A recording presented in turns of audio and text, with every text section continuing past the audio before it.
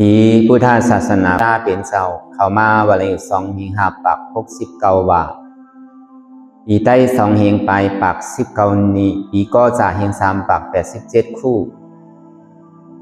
เลิน8ใต้ขึ้นมาวันละลองมาวันละอยู่15 คำเลินเก่าลอง14 คำในไปปลอกพงในปีคิดวันที่24เลินจุนได้ปี2 หิง 25ในปังสร้างตือกำตราอนัตตาวิปัสสนาภาวนาหันยอดทำอนัตตาปอกกรรมผล14ที่ว่าอนัตตาวิปัสสนากรรมฐานหนองเขียววันลมลอยสะทงเวงจากทีเล็กเมืองไตปดอกคงในก็หอดถึงมาวันพลหาเป็นตอนการเรียนเฮาติไรมาซับแรงลายเหตุการณ์ลายจ้างตือกรรมอนัตตาวิปัสสนาเขายาม1 โมงต่อถึง3 โมงในเขายาม2 นาที2 ชั่วโมงในอ่อนตั้งสุดในก็คือเขานางคาไก่กุดขากว่าทับต่างขาซ้ายก่อนไรอันนั้นขาซ้ายทับต่างขากว่าก่อนไร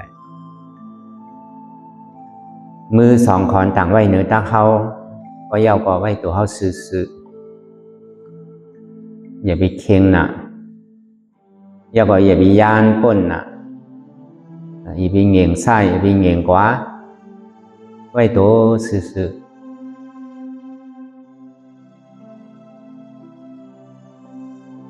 ก็เย้านี่ก็คือเขารับหูเนอเปิดตัวยานปิญญาความมือเข้าใจดีเอาอิดย่อก็โหลดจ้างตื้อกำน้ำรับตาเนอเปิดได้ญาณปิญญาอยากตัวดีมันนอวิญญาณอาใจเดียนเฮาหูนั่นอันใดเสียนั้นในเตียนมันพูดบอกเกิดขึ้นเป็นมานั่นในก็คือเฮาหมอวางเป็นอนัตตาไหน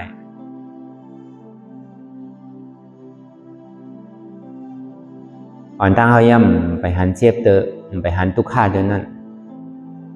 ไปป่องแสงแรงใส่เหนืออนัตตาเดินนั่นก็ด้วยดีลมเธอใส่เขาออกอ่อนตั้ง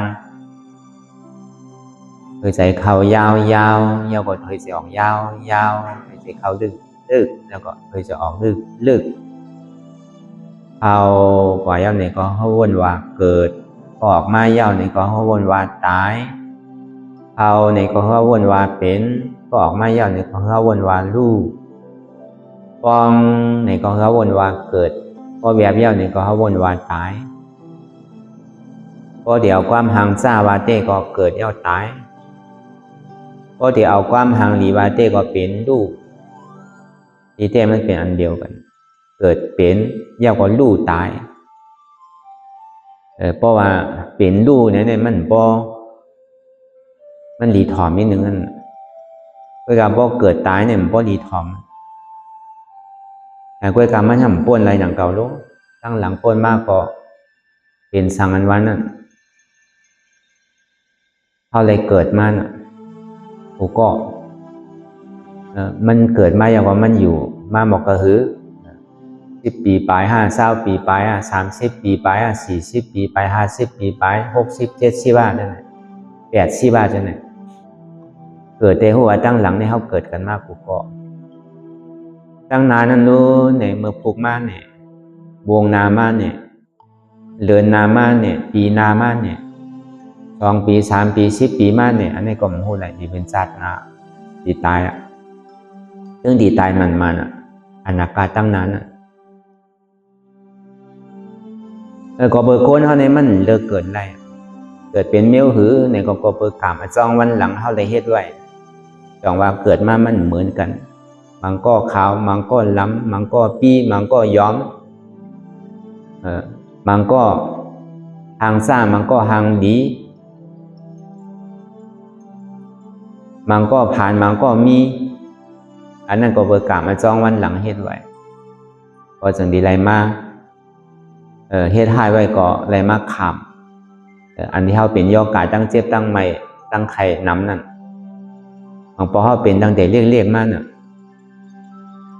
อันนั้นก็เปิดจ้องวันหลังนั่นเท่าไรเฮ็ดไว้ มันก็ห้ามย่อกามปอกให้มีนี่ก็อันนั้นก็เป็นอันซ่องเหรียญเฮาเลยเฮ็ดไว้นำเก่ามันก็ห้ามเฮ็ดสื่อก็เติบหาสื่อก็หลายนี่ก็ต่อแต่พออยู่พอกินกว่าการเฮ็ดงานนี่ก็เหมือนกันมันก็เฮ็ดวันนึงก็กลุ่มวันนั้นก็เฮ็ดก็อึบมันก็เฮ็ดวันนึงก็กลุ่มปาดนึงมันก็เฮ็ดวันนึงกลุ่มเดือนนึงมันก็เฮ็ดวันนึงกลุ่มปีนึงมันก็ในเฮ็ดวันเดียวในกลุ่มเป็น10ปีมันก็เฮ็ดวันในกลุ่มต่อโซก็มีก็เพื่อการจ้องวันหลังเฮาเลยเฮ็ดไว้มันเหมือนกันอันในปึงอีเนอเซกรรมเฮ็ดดีอะไรดีเฮ็ดให้อะไรให้ด้วยการอันมันเหมือนกันอันวันนั้นเฮามีหูเหมือนกันทุกข้อมีหู1ปอดมีมือ2ปอดมีขา2ปอดมีตัว2ปอดอันนี้ในเป้งกันหมดพอหลอกหนังออกก็เป็นเนื้อเสียงพอหลอกเนื้อออกก็เป็นเอ็นเสียงพอเอาเอ็นออกก็เป็นลูกเสียงอันนี้เหมือนกันสองพอเขาดีกันนี่กามวันนี้ที่ในก็มันไล่หนังเก่าอันเท่ามาเกิดเป็นกวนอยู่พองยามเร็วเนี่ยได้ว่ากามดีเลยเพิ่นตั้งเสียงเท่ามันเลือกเกิดไล่เซต้าเนี่ยก็การเท่าดีเลือกเป็นตั้งนานนี่เลือกไล่พอเขาตีมุงมองกามคือกามตกมาเหมือนหนังฝนตกก็มันเป็นไรมันใจดีอยู่เนื้อกลางเฮาอากาศเนี่ยดีตกมาปันเฮาอะไรในตีแหวนตกมาวินตกมาก็มันเป็นไรหนังเก่า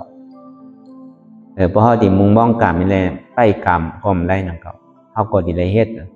กามมันว่านี่มันเป็นการพอมาป้องความไตเฮาน่ะเฮ็ดการให้ก็ดีเลยทบยาการให้เฮ็ดการดีก็ดีเลยทบยาการดีอันนี้เป็นห้องว่าการสองว่าอันเท่ามาเฮ็ดอยู่พ้องยาเมื่อเดียวเนี่ยเหตุการณ์นั้นซื้อใจหมันเมียนเป็นเซียนตั้งมากเป็นเซียนตั้งเดียนการดีการทอดการแมทการดีอ่อนเข้าป้วนลองตั้งทุกข้าขานใสสองว่าสัมมาตั้งหันชื่อใจสมาธิที่นั้นสมาสังกัปปะตั้งวนจือใจสมากรรมันตาการเฮ็ดจือใจสมาวาจาตั้งลาจือใจสมาอาชีวะการเลี้ยงอาศักสายใจจือใจสมาวายามะตั้งคัดใจจือใจสมาสติการตื่นผู้โตจือใจสมาสมาธิการตั้งมันจือใจเนี่ยอันนี้เฮามาเฮ็ดกันในศาสนาในข้อสั่งคำสอนของบุญคำพุทธคำพระเป็นเจ้าเฮาในเป็นการตาดีป้นกรรมแหละการกูเซอร์กูลองนี่มันป้นกรรมแหละมันตึกตีไรจอมกรรมหมู่ดิติกะมันจะว่ากูนั้นมันกรรมให้ในซ้ำดีมุงบ้องหรือมันกรรมดีในก็เป็นไรกูนั้นกรรมดีซ้ำกินกรรมดีอยู่ติซ้ำเฮ็ดกรรมใหม่ทั้งก็ทำไรนังเก่ากินของเก่าซ้ำหาอันใหม่ก็มดตัวนังเก่ากินจ่ายมาหาก็เชียงนั่นน่ะ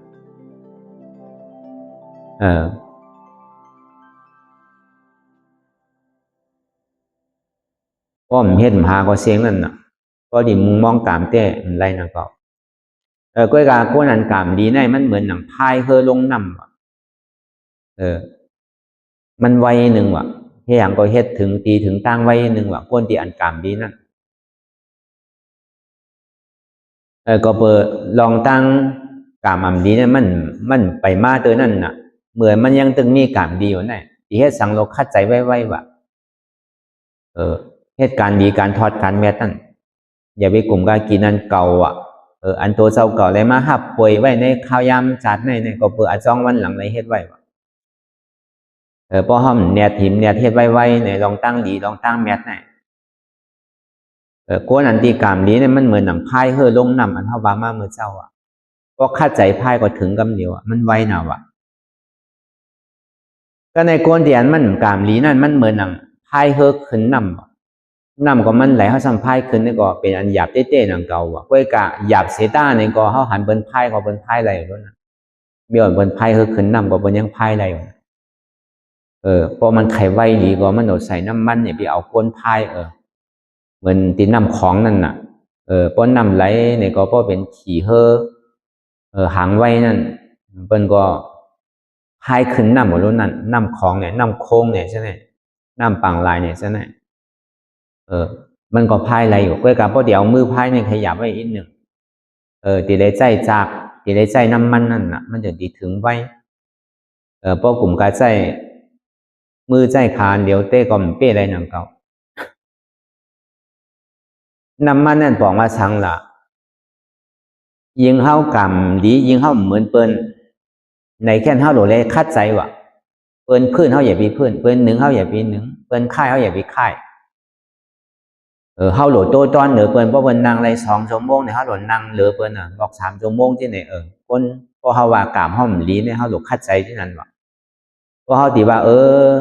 กามเปิ้นดีรู้เนี่ยเปิ้นก็นั่งเลย2 ชั่วโมงเหมือนเข้าก็นั่งเลย2 ชั่วโมงเหมือนเปิ้นก็นั่งเก่าก็กับพอเขาซ้ำดีกันนี่กามตอนนั้นเท่าเฮ็ดป้ายมังมีดีเปลี่ยนอยู่หออยู่เฮิรนเขาก็ซ้ำกันนี่กามว่ากามเปิ้นดีรู้ปะลำมีเปิ้นมีรู้เนี่ยเปิ้นให้หังก็เหมือนใจดุกก็เหมือนใจลานก็เหมือนใจตั้งการตั้งขายก็เหมือนใจดองป้ายอยู่ดีก็เหมือนใจเขาซ้ำกับควายเปิ้นเขาซ้ำเฮ็ดสังลาลาเนี่ยนะซ้ำกินนอนเนี่ยที่การงานสังคมเฮ็ดคัดใจเฮ็ดการซ้ำกลุ่มกาไว้ว่าเหมือนการเปิ้นอยู่ที่ไว้ว่าเหมือนการเจ้าเก่าเนี่ยก็ทำไรหนังเก่าเขาเฮ็ดการสังก็ยาวในรอการหลงการตั้งนอกนั่นก็เขากับเฮ็ดการเปิ้นเนี่ยก็ไว้ใจเหมือนการเฮาอย่าไปทีว่ะอย่าไปข้านว่ะเฮ็ดการเปิ้นนะไว้ใจเหมือนเฮาเฮ็ดการเฮาว่ะมันถึงดีลีว่ะเหมือนการตะล่าเนี่ยก็เหมือนนั้นหนังเก่าพวกเฮาดีกันเน่ว่าเปิ้นได้นังอะไรก็เปิ้นเฮาเนี่ยมันเหมือนเปิ้นโนปะละมีเหมือนเปิ้นโนตอนหนังกู้โสย่ำเหมือนเปิ้นลองตั้งไปมังมีก็ย่ำเหมือนเปิ้นเฮาดีก็คือเปิ้นได้ชื่อเนี่ยเฮาเหยียบดีกว่าว่วนที่นั้นว่ะก็เปิ้นว่ามาเมื่อเช้านั่นน่ะพอเอาลองไปมังมีดีเป็นลองอยู่ลองเช้าได้ก็มันติ่มเป้งกันหนังเก่ากล้วยกาพอเอาลองก้นว่าเนี่ยมีหูเหมือนกันมีหูเหมือนกันมีตาเหมือนกันมีขามีมือเหมือนกันเป้งกันนะมันมีไผสูงเลยไผมันมีไผเต็มเลยไผเป็นอาสานีกูก็เป็นก้อนหัดหานกูก็ไว้ใส่ที่ไหนพอเหลือกามก็เลี้ยวก็เกิดมาภาวะจาปันในเนี่ยคัดใจเขาติ่มเพื่อนในข้าวตั้ง2 ชั่วโมงเนี่ยนังจัดภาวะจัดนามาเนี่ยกามก็ดีเลยเสียไหนพอพายเนี่ยก็เอามือพายหลอกใบลายมันไล่เอาจัดการดีเลยใส่น้ำมันไวนังมันดีเจียวหัวเจียวถึงนั่น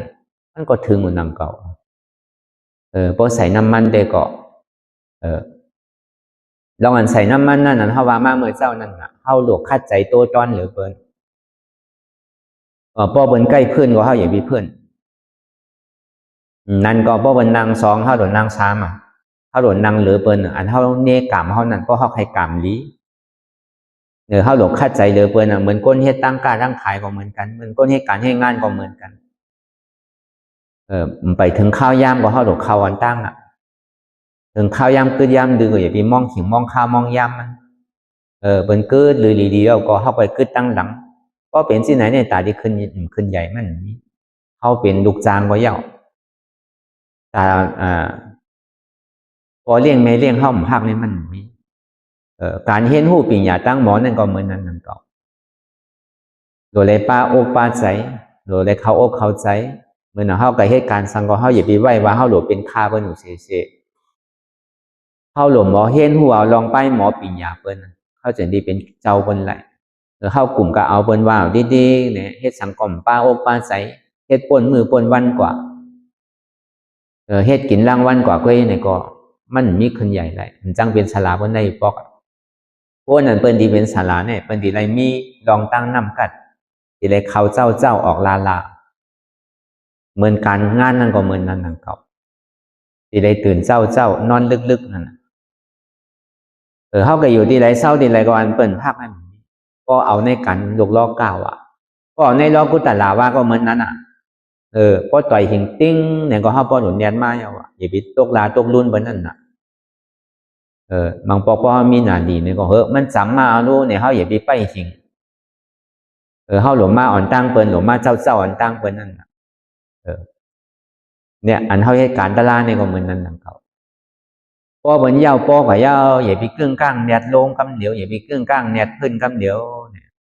ก่อยๆลอยๆถอดถอนออกลอยๆป้อมใจมันจังคำเหมือนเจี๊ยบนะแต่จังว่าอันการเข้านางตะลาเนี่ยก็เมื่อเข้าตีนางคือมันมีอาจ้างไว้อะเพราะเข้าตีเข้าตีนางเพราะมันต่อยหิวเข้าก็พึกเข้าห้องน้ำห้องสังไว้ถูกตีภัยเบาภัยสังก็ภัยไว้อ่อนตั้งป้อมเป็นนั้นเนี่ยเพราะเข้ามันนางตะลาเนี่ยกำก็ต้องเจี๊ยบมากใครเยียวใครภัยเบาภัยนักใช่ไหมมันดีเป็นอาจ้างไปนะพอเป็นไรเนี่ยเข้าตีมานางตะลาเนี่ยแต่ก็เข้าคลองน้ำเนี่ยพอมือนางตะลาเนี่ยพอเป็นไรเข้าดูกินน้ำในรีเดือเพิ่นพอเขากินน้ำเนี่ยเขาใครเยียวพอยาเขาก็ลูกมันสังยาเท่าไรอย่างก็มันมีที่เขาพึกอ่ะพอเขาพึกก็มันเป็นนู้นพอเขาใกล้บ้านอย่างใกล้ๆลูกเยียวนิดๆล่ะเนี่ยก็พอเขากินน้ำน่ะมันเยียวได้ชื่อแหละเขาลังว่าหรือเยียวนิดๆเกะมันสัญญาตะลาวนั่นน่ะมันห่างอยู่นิดๆกันน่ะอันนี้ก็ดีเป็นอันนี้ก็พึกตัวเมื่ออันเท่าเฮ็ดสังที่ก็กินเนาะมันไปหังเอามันอิ่มว่าโดยการเมื่อเท่าเหตุการณ์มันเนี่ยมันสังยาเท่านั้นน่ะบางปอกก็กินลงดีๆก็มันสังไขเยียวไขพายมานั่นมันสังยาตะลาเขาพอเป็นที่นั้นในก้นอันเตียนเท่านี้ว่าปรามีเท่ามีกามเท่ามีในซ้ำเท่าซ้ำหย่อนย่านลองตั้งคัดใจพออีหยังอินมาเนี่ยก็เขาซ้ำเนกามว่าเพิ่นได้เฮ็ดไรเพิ่นได้เจ็บเหมือนเฮาโยในปารามีเพิ่นมีรู้เนี่ยอย่าไปกว่าทางใหญ่เพิ่นอย่าไปกลุ่มกาเนอาเปียตั้งที่เจ้าเก่าอันการนี้จากเจ้าเก่านี่ก็มันดีนะเก่าอ่ะมันมีหว่ามีแฮงมีขามีมืออยู่เลยเฮาก็ซ้ำเฮ็ดจ้างตื้มกำในเฮาที่ซุ่มดอกซุ่มหลายนั่นน่ะแล้วก็เบิ่นนั้นเฮาก็มีเหมือนกันต่างเสื้อต่างร้องเนี่ยเอาไว้ก่อนอ่ะอันทางหลีหางงามอันทางซ่าอันยอมอันปี้อันสูงอันเต็มอันผ่านอันมีได้มันเป็นเรื่องใหญ่พอมาเหตุการณ์ตลาดเนี่ยพอเข้ามาในศาสนาพระเป็นชาวเหมือนกันอ่ะตอนนั้นเจอเคยขุนเขาเหมือนหนังเทวทัตเหมือนหนังเจ้าอนันตาเขาเหมือนหนังเจ้าอนุรุทธาเขาเหมือนหนัง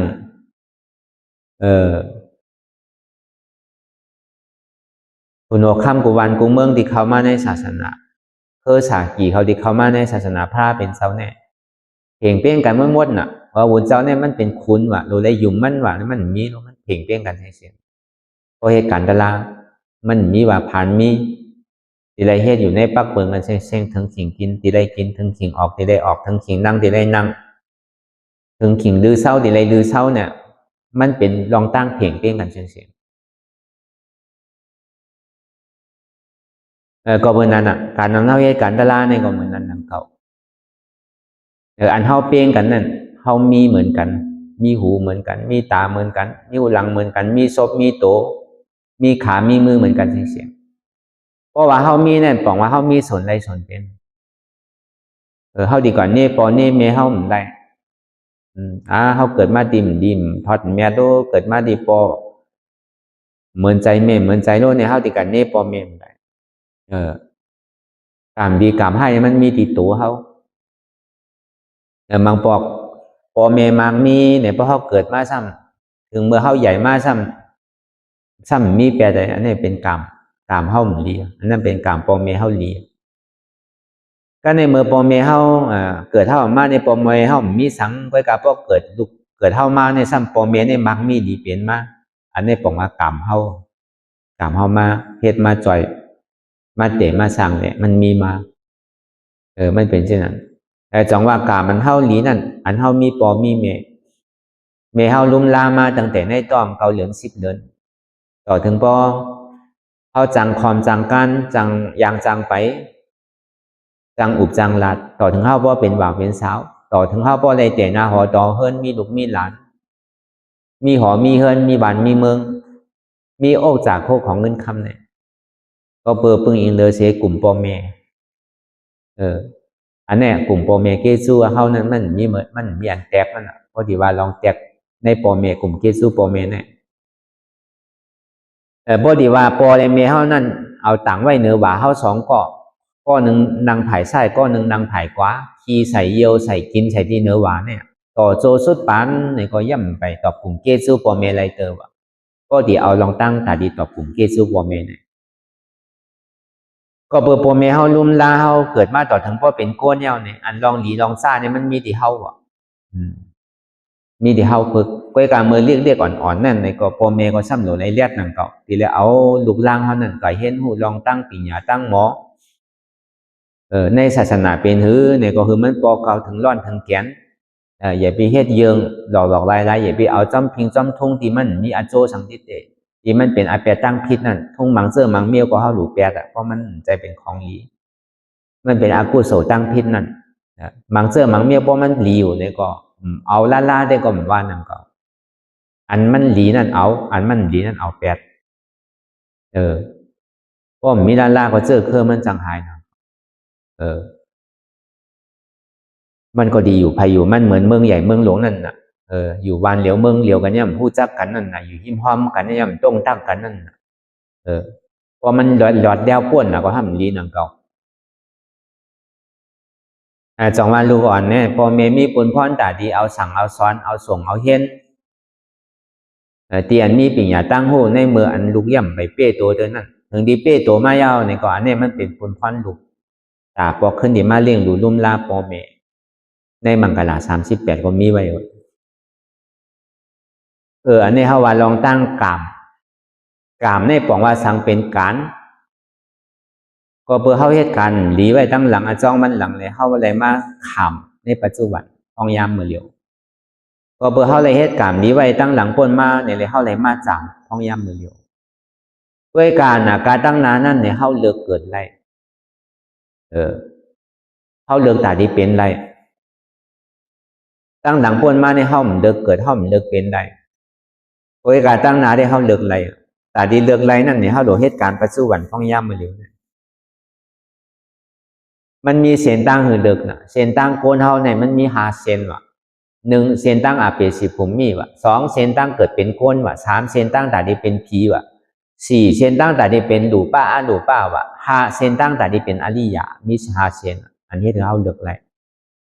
เส้นตั้งไตอันว่าได้พืชก็มันถึงหมอห้างแผงมันลองพิษศีลพิษธรรมลองโตซ่าโมหะหมาหน้าเตี้ยขี้ลองใจดำใจกำลองให้ตั้งเมือตั้งเรื่องใจว่นหลีชอบลาดหลีตัวเฮ็ดหลีมีใจล่อผ้าโตซ่ามีลองตั้งหยุ่มพิษอันนี้3 อันมันนอตุจะเลิกก็ในว่าจีตุจะเลิกเสียนในว่ากำ8 กำเหรียญว่ากำค้าขายว่ากำขายกำจามว่ากำเหรียญกำดอกอันนี้ห้องว่าจีตุจะเลิก4กายตุจะเลิก3เนี่ยเอาตัวใจเปิ้นตายแล้วเอาโคของเปิ้นกดโผกดเมเปิ้นพอเฮ็ดลองตั้งตุจะเลิก10เปิงนั่นตึงลวงกว่าตั้งใจสัตตะเลสานเปกจะสุรากายนาลายอันนี้พอเฮาไขเมื่อเนี่ยก็เฮ็ดจอมอันที่ว่ามันในเส้นตั้งนำปัน1ก็ในเส้นตั้งนำปัน2ในตาที่ขึ้นเกิดเป็นก้นขึ้นนั่นตีเกสุดมันนั่นที่ไรมีศีลที่มีศีลนั่นก็เหมือนว่ามาเหมือนเจ้าตาที่ขึ้นเปิดเป็นก้นที่ไรมีตาหน้าศีลอันมักมีดีเป็นก็เป็นตาหน้าอันมีศีลนั่นก็ขึ้นเกิดเป็นก้นซ้ำที่ไรมีว่ามันนอสุจริตว่าจีสุจริตกายสุจริตมันนอสุจริตนั่นมีใจล่อผ้าตามมีตามเกิดของตัวเจ้าเก่าตามว่าตามแห้งเจ้าเก่าหันเป็นมังมีดีเป็นก็หมกไข่เปิ้นมีแห้งเจ้าเก่าเฮ็ดไรคือก็เฮ็ดกว่ากันนั่นมีใจล่อผ้ามีใจทลายของลายเปิ้น2มาเนี่ยป้อมไรเหมือนใจมากจังกว่าเนียมจังกัดหาตั้งพิษไผก็เบอร์เจ้าเก่าหมอทัดสางด้วยดีๆแหละตั้งพิษเนี่ยมันมีดีเจ้าเก่าอันตั้งเฮ็ดเธอเกิดต่อซ่าใจลำใจกำใจอันดีเนี่ยมันก็หาตั้งพิษไปต่อซ่าเนี่ยมันเกิดขึ้นก็เปิดมันมีเปิดมันจะดีเกิดขึ้นพอมันมีลองตั้งเข่งกันเนี่ยมันจะดีมีต่อซ่ากับในเต็กที่เนี่ยยุ่มพอดีเฮ็ดสังก็ยาวดีว่นสังดีลาสังก็ยาวดีเฮ็ดสังก็ยาวยุ่มว่าพอเฮาว่นดีเฮาดีไรดีเฮาลาดีเฮาดีไรดีเฮาเฮ็ดดีเฮาดีไรดีพอเฮาว่นดีเฮาดีไรมันดีพอเฮาลาดดีเฮาดีไรมันดีพอเฮาเฮ็ดดีเฮาต้องดีไรมันดีมัน ฮ็ดให้เลยให้เฮ็ดดีเลยดีอันนี้ยุ่มกรรมพอเฮ็ดดีก็ลงตั้งไตพอเฮ็ดดีก็ขึ้นตั้งเหนือหน้าโลกวันนั้นมีเดเมืองผีเมืองสางในมีเดอันนี้ยุ่มในห้องว่ามีลองตั้งยุ่มห้องว่าสัมมาทิฏฐิตั้งหันนั่นก็ในว่าจีสุจริตสี่เปิงเนี่ยว่ากำแปดกำเหลี่ยมพอแปดเนี่ยมันดีเนี่ยพอแปดพอเหลี่ยมเปิ้นคือเปิ้นพอเลยดูได้ซุ่มย้อนเฮาอ่านโหมื่นโหแสนโหล้านกาปานมือป่วนมานั่นน่ะอันเปิ้นแปดเปิ้นเรียนกันนั่นน่ะเฮาก็ฮู้เฮาก็หันมารู้มันอยู่จำเฮาในเกันน่ะอยู่บ้านเฮาเมืองเฮากันน่ะมันเปรียวโจแก็บโจข้าวกันน่ะพอไวมาก็ลูกค้าเหมือนกันเสียงๆน่ะแปดเรียนที่นั้นนั่นเปิ้นมาแปดเฮาก็มันดีนังเก่าไว้ใจที่ไหน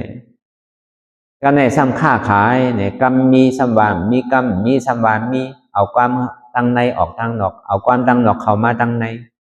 อันนี้ก็เฮ็ดเปิ้นแปดเฮาก็ดีเปิ้นเฮ็ดให้เฮาผิดกันก็ดีเฮาก็เฮ็ดเปิ้นผิดกันบ่เปิ้นเจิกนังเก่าเอาในใส่ใจใส่คอก็ในสามมาเนี่ยพอดีรัดกรรมซ้ำโดเลยไว้สติก็กรรมให้กรรมจามกรรมแฮงป่นตีน่ะนี่ก็พอเป็นลาต่อเฮานี่ก็เฮาก็จึกนั่นก็พอเป็นกำหายกำซ้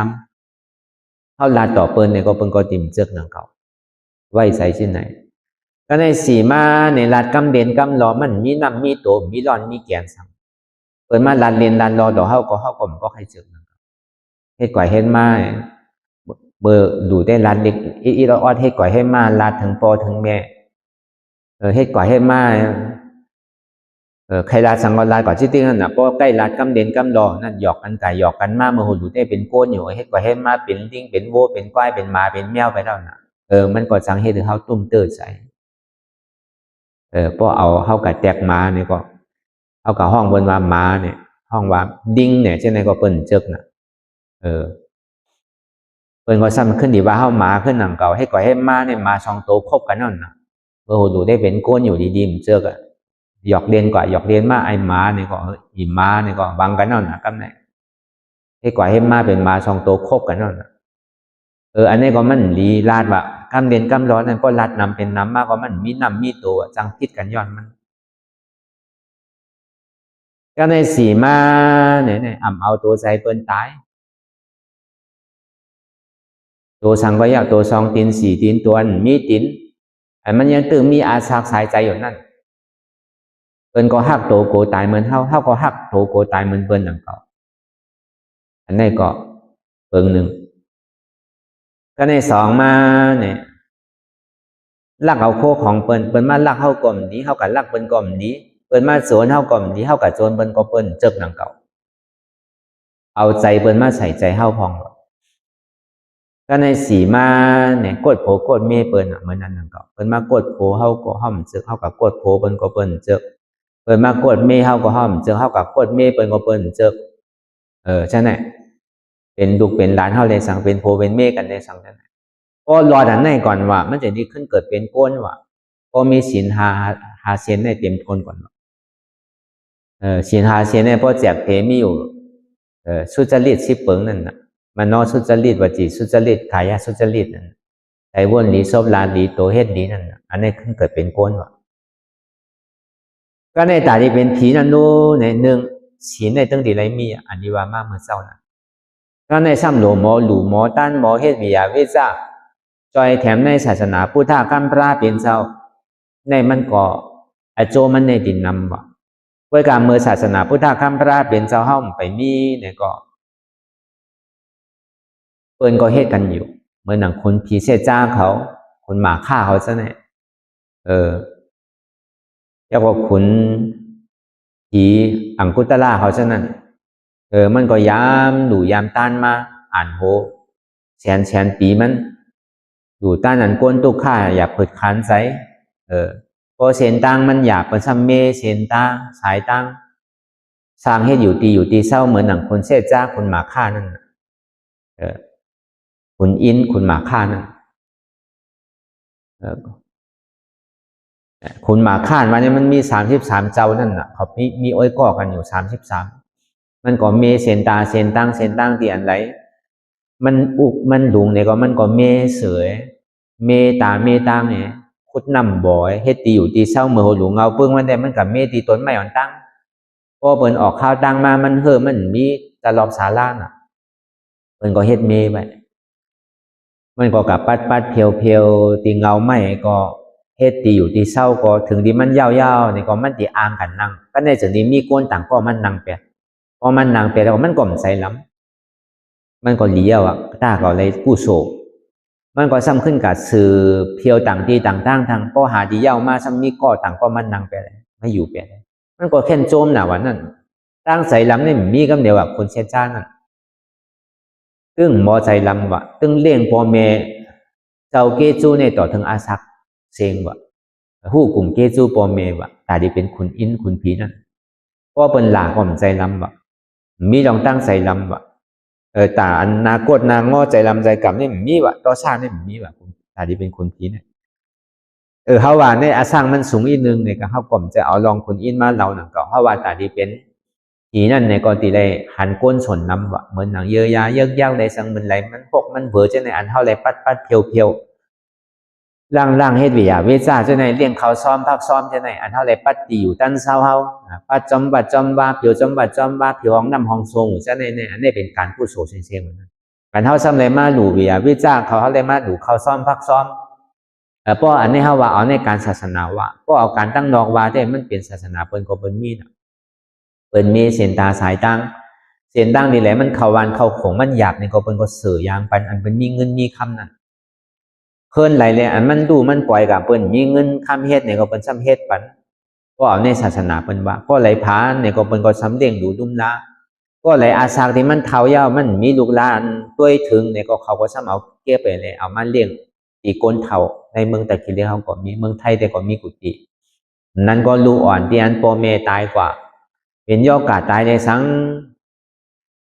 ย่าหมักย่าสังตายกว่าเลยสังย่าซึกย่าเสือเลยตายกว่าเลยมีไผเลี้ยงดูลุ่มไล่เลยเอากับแปรอยู่ซ่อมซี่ของเซข้านจะในพ่อแม่ปลายแปรสั้นในสังลูกเลี้ยงมีพ่อมีแม่นั่นเนี่ยก็เป็นลุ่มล่าอันนี้ก็เป็นกุศลนังเก่าอ่ะผมจะว่ามันเป็นกุศลกล้วยการมันเป็นกุศลในโลกก้าวอ่ะมันใจเป็นโลกกุศลที่อันหลู่ตานเจออะไรๆตานตัวนั้นว่านี่มันเป็นว่ะเพราะในโลกก้านั้นเขาก็หันมาตั้งนับการเป็นเฮ็ดกุศลการเฮ็ดหักก้นเหมือนกันนั่นน่ะใจก้นก็หรือหักก้นเหมือนกันนั่นน่ะตอนหนังสัตว์มันยังหัดสัตว์นั่นน่ะเป็นโบเป็นก้ายเป็นหมาเป็นแมวก็มันยังหักลูกมันก้นเนี่ยก็แค่หนุนเนื้อสัตวากันว่ะหันเปิ้นทุกข้าอยากผึดคันใจก็อีหลูเปิ้นหักเปิ้นหมอใจเหลือเปิ้น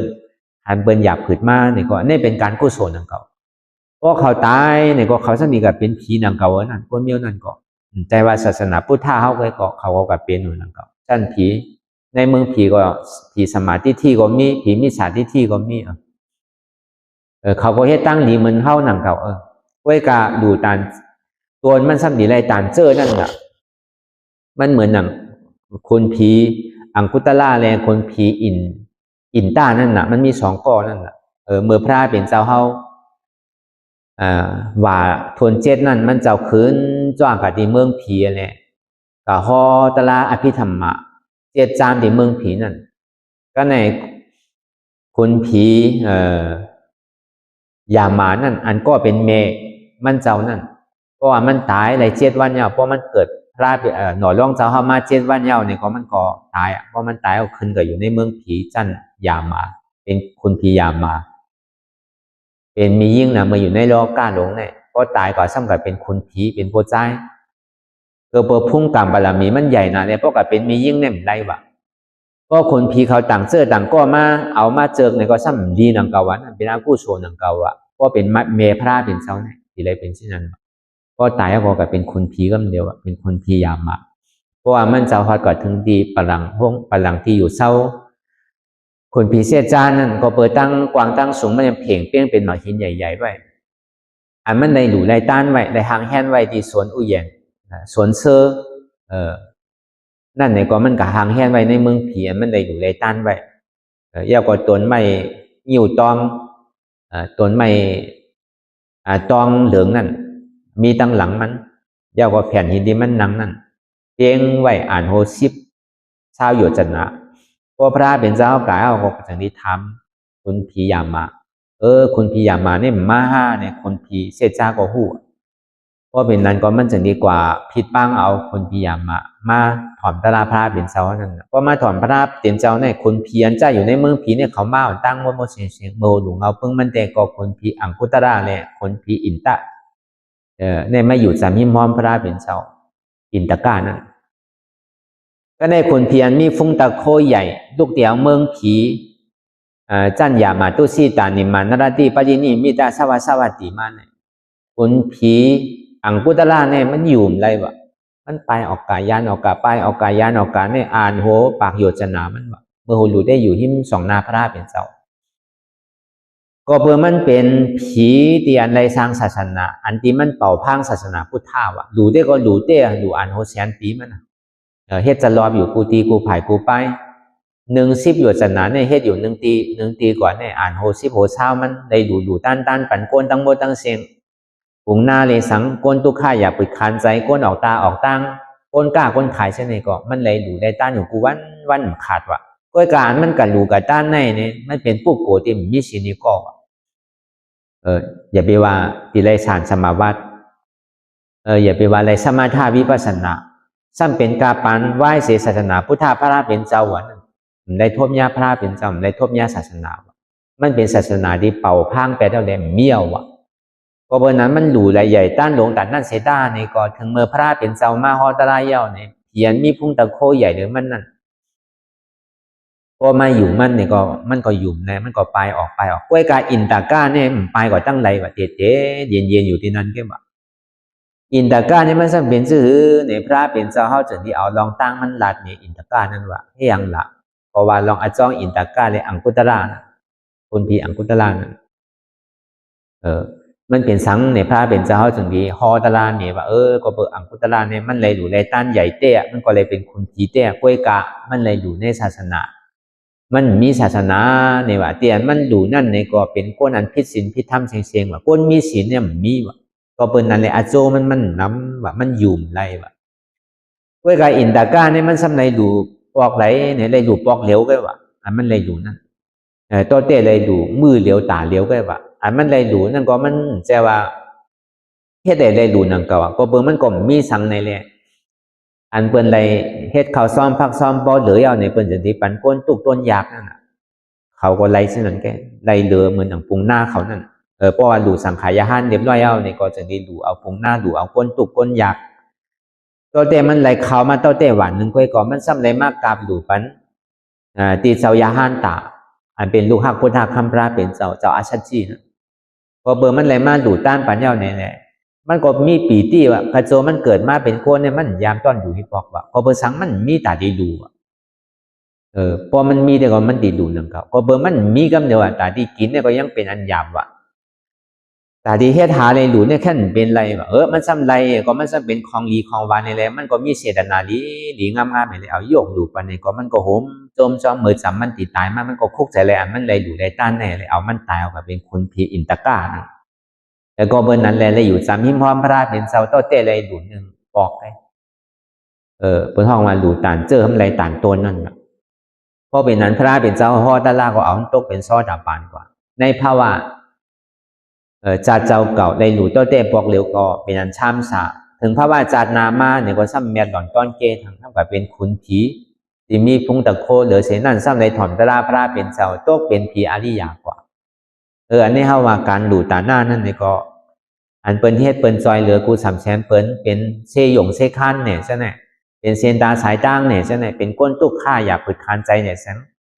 เป็นลูกอันที่มีปอเมเลี้ยงเลยสังอันปอมเมที่มีลูกด่างเลี้ยงในสังเนี่ยอันนี้ก็บอกว่ามันเป็นการตั้งนอกก็อย่างเก่าว่าลีเต็มใจอย่างเก่าลี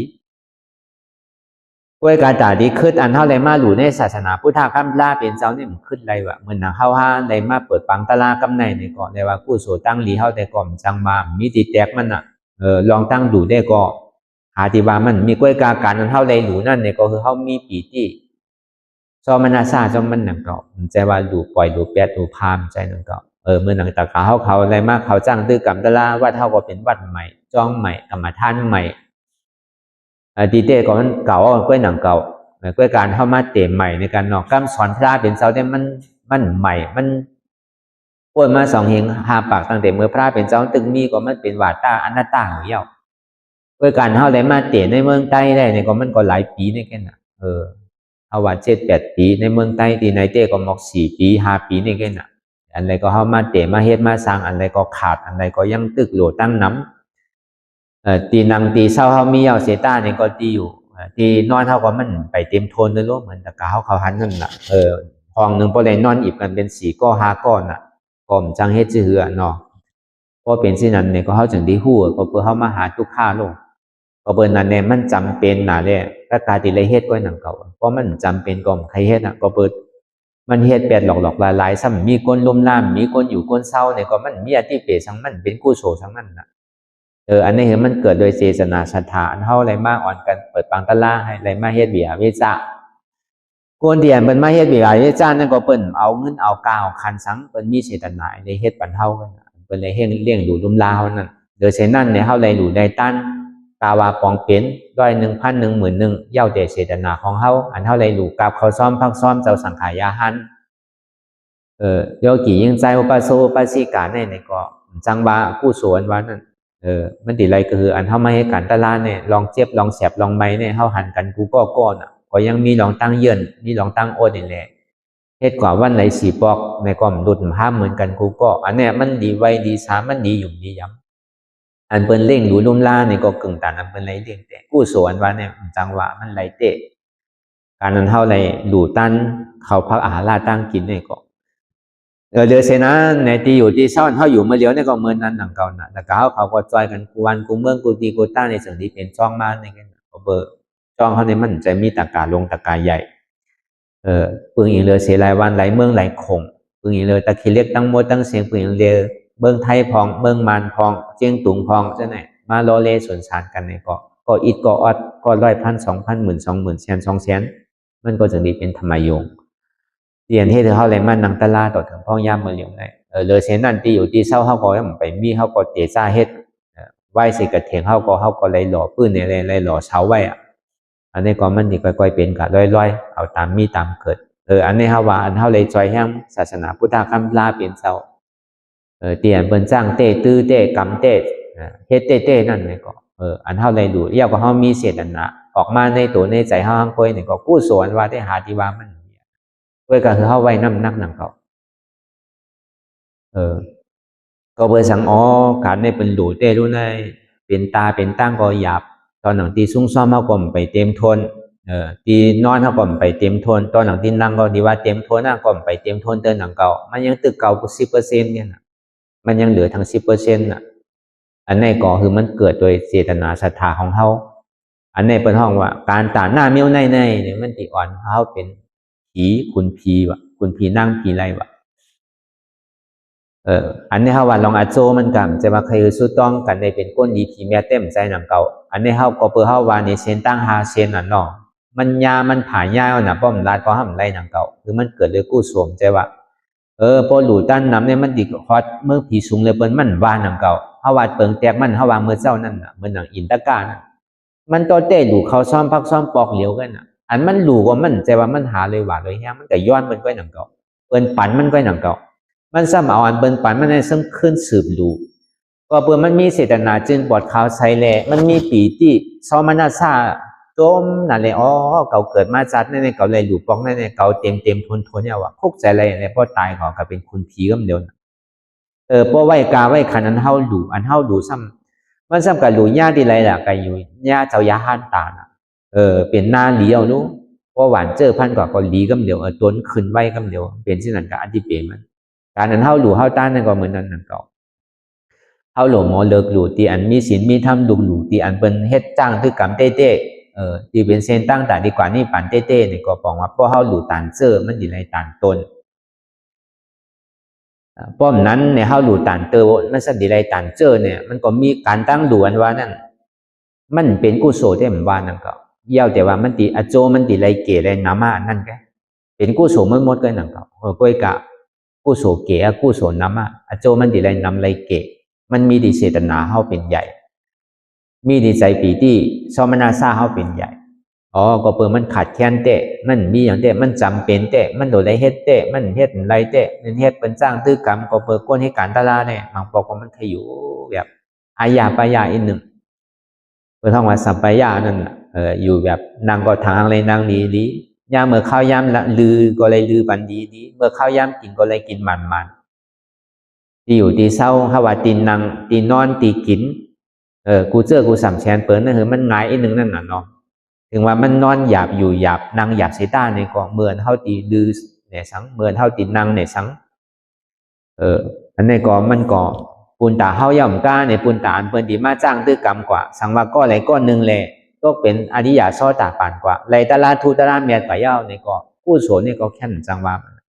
มันจังอ่านนับคับไรอันเท่าเป็นโอ้ยก็กันธรรมะมีสวยกันนี่ก็เหมือนกันดังเก่าบางก้อนเนี่ยมันไรกว่าเย้าในก็มือห้อมไปไรเตอเนี่ยอันก็ห้อนไรกว่านั่นบางก้อนกับเป็นพีก็มีกับเป็นช้างก็มีก็ไรจันตะลาจันสูงกว่ากับเป็นอนาคามเพราะไรจันตะลาซอดาปันสกิตากรรมนี่ก็อยู่ในเมืองผีในเมืองผีหกคงนั่นนะก็เป็นอนาคามก็อยู่ในเมืองสางสุทาวาสาหาปุงก็เป็นยาหันตาว่ามันมาเตปฏิสันติเอาการนี่ปานกำเดียว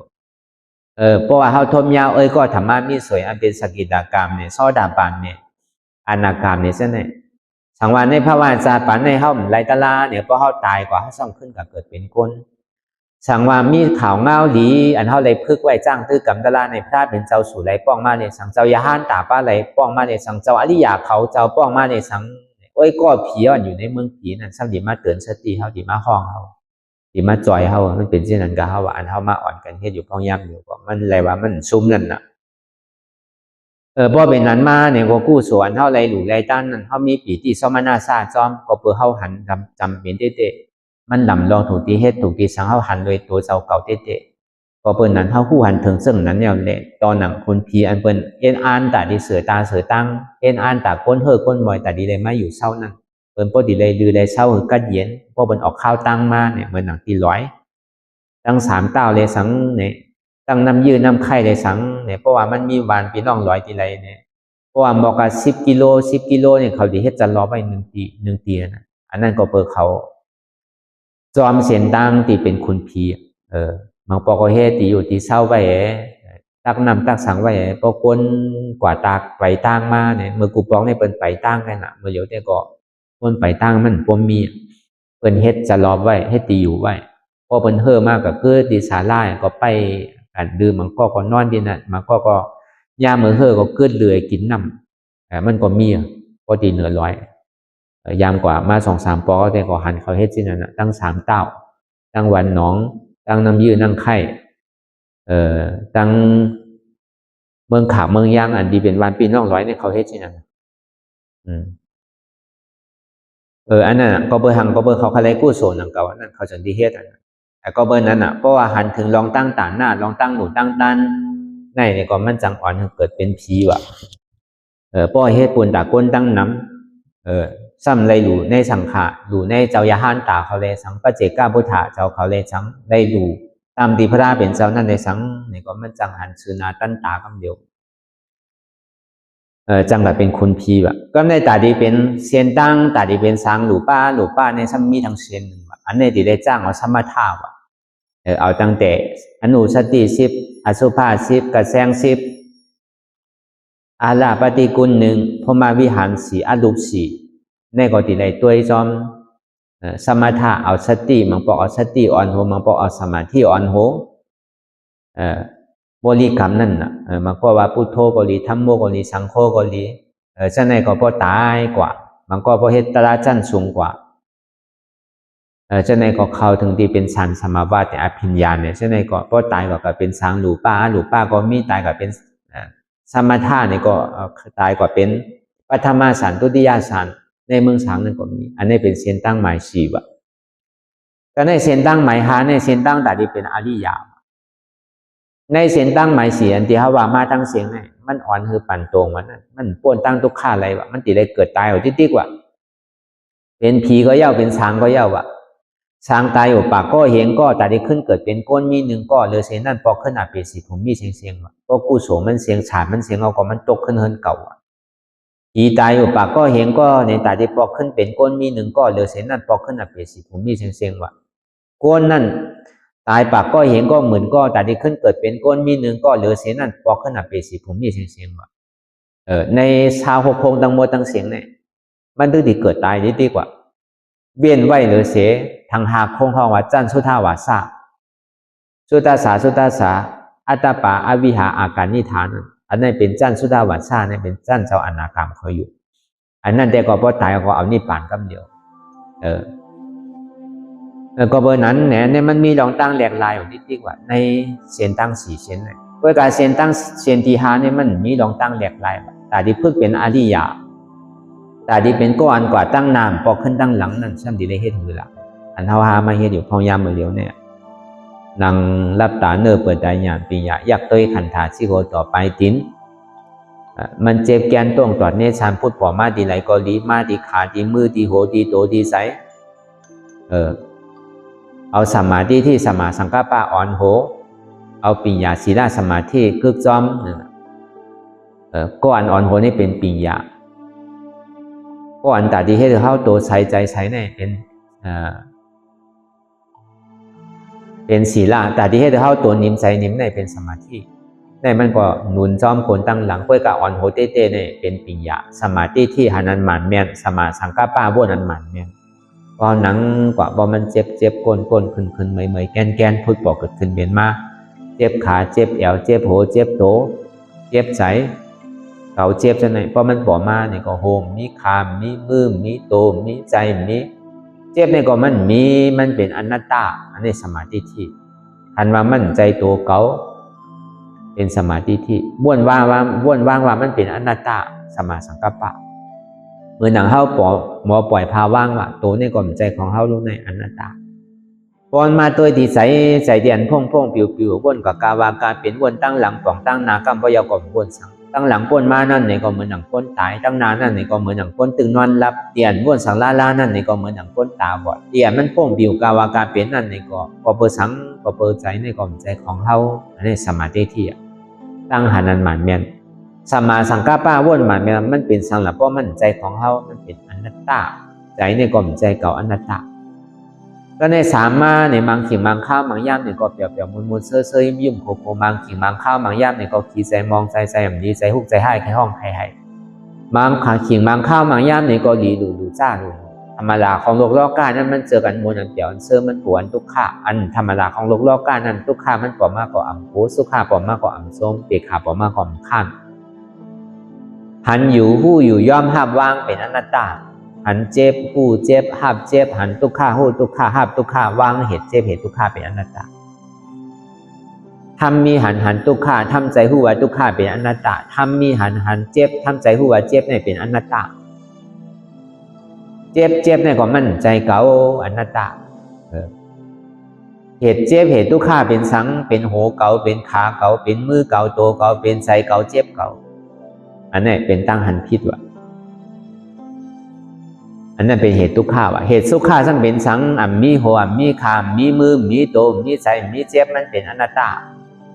อันนี้เป็นเหตุสุข้าเป็นเหตุตาที่ไรมักอริยะโผอริยะเป็นเส้นตั้งมักเส้นตั้งอริยะเส้นตั้งก่อนกว่าตั้งนามปอกขึ้นตั้งหลังว่ะเพราะทำมีหันเนี่ยหันเจ็บทำใจหูเจ็บเป็นอนัตตาหันเจ็บแก้นต้องตอดเนสานสันไว้ก้มไต่ไม้กระดอนแข็งสู้ตุ้มจับยาจึงอย่าเป็นดูผู้อันเจ็บแก้นต้องตอดเนสานสันไว้ก้มไต่ไม้กระดอนแข็งสู้ตุ้มจับยาจึงอย่าเป็นดูในเป็นอนัตตามันมาดีตัวก็คือเฮาฮัดจุนตัวมาดีใจก็ฮัดจุนใจมาดีเจ็บก็ฮัดจุนเจ็บกว่าว่นลองเปิ้นก็มีเปิ้นว่นลองเฮาก็มีเฮาว่นลองเขาก็มีเขาว่นลองเขาเนี่ยก็มีเขามันเป็นอนัตตาเฮ็ดสิไหนดีกว่าเพราะเฮาหนังตะลากว่าในข่าวดัง2 ชั่วโมง 2 นาทีเนี่ยเพราะว่าตามันตกขาดกว่าเย้าวิจิกิจฉาเนี่ยตกขาดก็ตกขาดกว่าซึ่งในเย้านี่ก็กว่าเส้นตั้งอันที่เฮาว่ามาเส้นตั้งหมายหาเป็นเส้นตั้งอริยะอเปสีภูมิเนี่ยมันดิปิกแบบกำเดียวใครสุดต้องย้อนกับกลมเมื่อวันนั้นปิกแบบแล้วกามอันนำดีอันวันนั้นกามล้ำในปิกแบบนอนดังก็ในเดอเซกามดีในกามไซคือกาม2 อันกามดีแบบกามจ้าที่ไหนมันเมียวมันสุดเสียงกว่า พอสุดโจอาศักสายใจจัดในพอตายก็ขึ้นกว่าเมืองผีพอเป็นซอดาบันพอเบอร์คามป้นกาหม้อข่ายเป็นอยู่ในเมืองผี1 โค้ง 2 โค้ง 3 โค้ง 4 โค้ง 5 โค้ง 6 โค้งพอตายก็เอานิพพานเป็นยาหันตาเอานิพพานป้อมใครตัวตอนจ้างกว่าเนี่ยก็เป็นก้อนคืนเปิงเหลียวกันมันมีลงขึ้นนั่นน่ะก็เป็นอริยานเนี่ยเหมือนนางวิสาขาเขาเหมือนหน้าท่าปิ่นเขาเหมือนคุณนอคำปิ่นพี่สาล่าเขานั่นอยู่ในเมืองผีเชียงคุณนอคำปิ่นพี่สาล่าเนี่ยอยู่เมืองจตุมหาราชิกาเมืองผีไม้หนึ่ง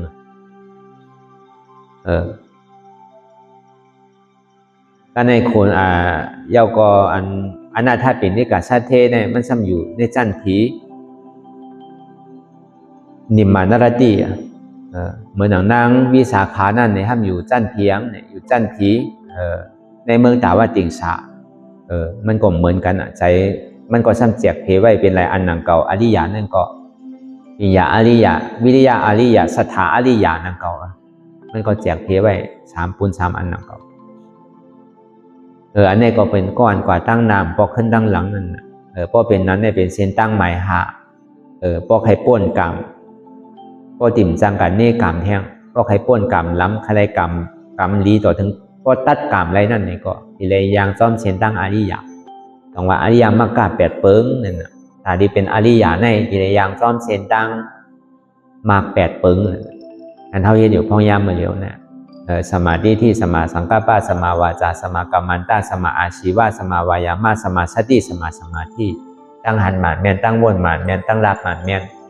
การเฮ็ดหมานแม่นการเลี้ยงอาศักสายใจหมานแม่นตั้งคัดใจหมานแม่นการตื่นหู้ตัวหมานแม่นการตั้งมันตัวใจนั่นหมานแม่นปัญญาศีลสมาธิเนี่ยอันเท่าเย็นอยู่พองยามเดียวเนี่ย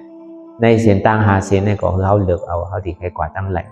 ด้วยการเสียนตั้ง4 เสียนเนี่ยเป็นตีเก่าเป็นนั้นเท่ายามกว่ามาเสียนเวลาเสียนตั้งตี5นี่เขาไปยามเถอะยุ่มย้ำว่าก็อะไรก็ตีเลิกเสียนตั้งหมาย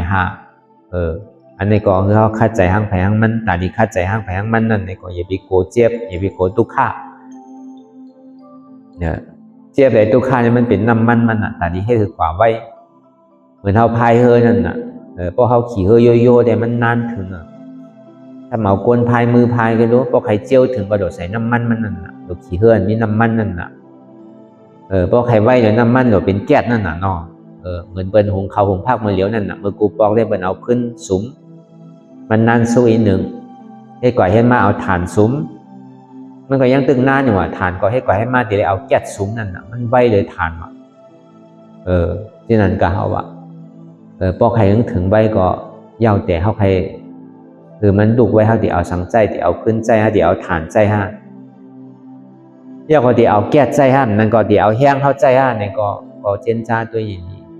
ก็เจี๊ยบมันนั่นอย่าไปกลัวก็หันตุข่าก็หันตะลาก็หันพละหันเจ็บก็หันตะลาหันตะลาก็หันพละก็หันเจ็บหันตุข่าก็หันพละตะลาผู้เจ็บผู้ทุกข่าก็ผู้จักพระตราเนี่ยก็หับเจ็บหับทุกข่าเนี่ยก็หับเอาพระตราปนทุกข่าพวกอัตตาตัวกว่าทุกข่าสุดกว่าเจ็บสุดกว่าเนี่ยก็ทบญาตราพระอยู่จงดีหยุ่มย้ำพระจงดีหยุ่มย้ำขอสังกัปสอนพระจงดีหยุ่มย้ำถึงทุกหักพุทธะคำพระเนี่ยจงดีไหวกาคันเนเสียชมาเนี่ยเพราะมันได้ทบได้หันตราก็ยาวก็อันนี้ก็คือเขาวนยาวพยายามหึงอย่าไปว่าไว้อย่าไปว่าเทิงอันหันก็ดีอันวนก็ดีหึงก็เพียงกันกว่าวนต่อถึงเสียบนั้นพอสุดวนต่อถึงทุกขานั้นพอสุดตัดต่อถึงอัตตานั้นพอโตพูดขาดกว่าอะไรที่มันพูดต่อเกิดขึ้นเป็นมานั่นนี่ก็คือเฮาพอหมอวนวางเจ็บตัดเป็นอนัตตาสัพพอไหล